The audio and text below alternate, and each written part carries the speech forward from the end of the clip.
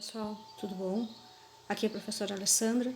Então nós vamos dar continuidade à nossa aula de genética e hoje nós vamos falar um pouquinho então da genética. Vocês sabem o que é a genética?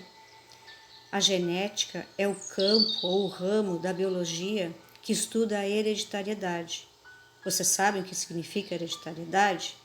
Hereditariedade é o mecanismo de transferência de informações contidas nos nossos genes, compartilhados de geração em geração, dos pais para os filhos.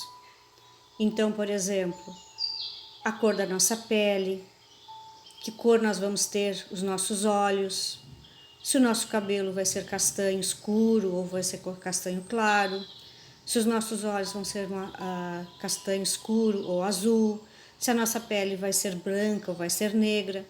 Isso então são informações genéticas contidas então nos nossos genes, dentro do núcleo das nossas células. Para nós começarmos então genética, eu gostaria de falar para vocês sobre um grande cientista que marcou a história. É Mendel. Vocês já ouviram falar?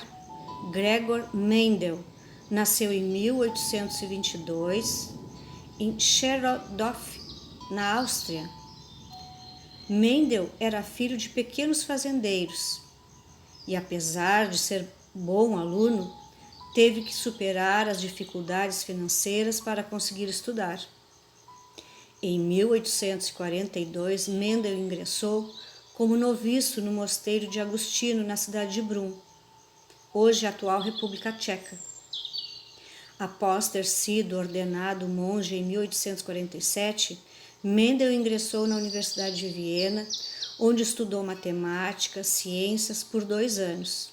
Ele queria ser professor de ciências da natureza, mas foi muito mal sucedido nas provas, nos exames. De volta a Brum, onde passou o resto da vida, Mendel continuou interessado em ciências. Fez estudos meteorológicos, estudou a vida das abelhas, cultivou plantas, tendo produzido novas variedades de maçãs e de peras. Em 1856 a 1865, realizou uma série de experimentos com ervilhas, com o objetivo de entender como as características hereditárias eram transmitidas de pais para filhos. Em 8 de março de 1865, Mendel apresentou um trabalho à Sociedade de História Natural de Brum, na qual anunciava as suas leis da hereditariedade, deduzidas das experiências que ele fez com as ervilhas.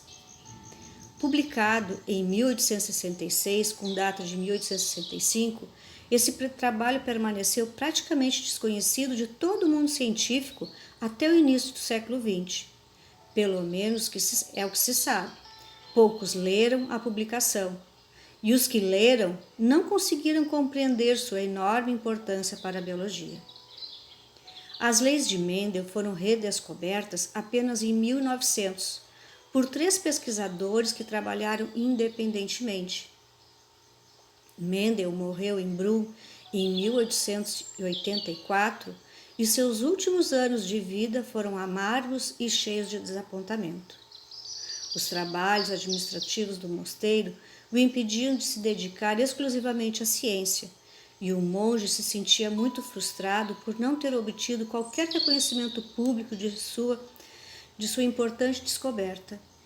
Hoje, Mendel é tido como uma das figuras mais importantes no mundo científico, sendo considerado o pai da genética. No mosteiro onde viveu, existe um monumento em sua homenagem, e os jardins onde foram realizados célebres experimentos com ervilhas até hoje são conservados.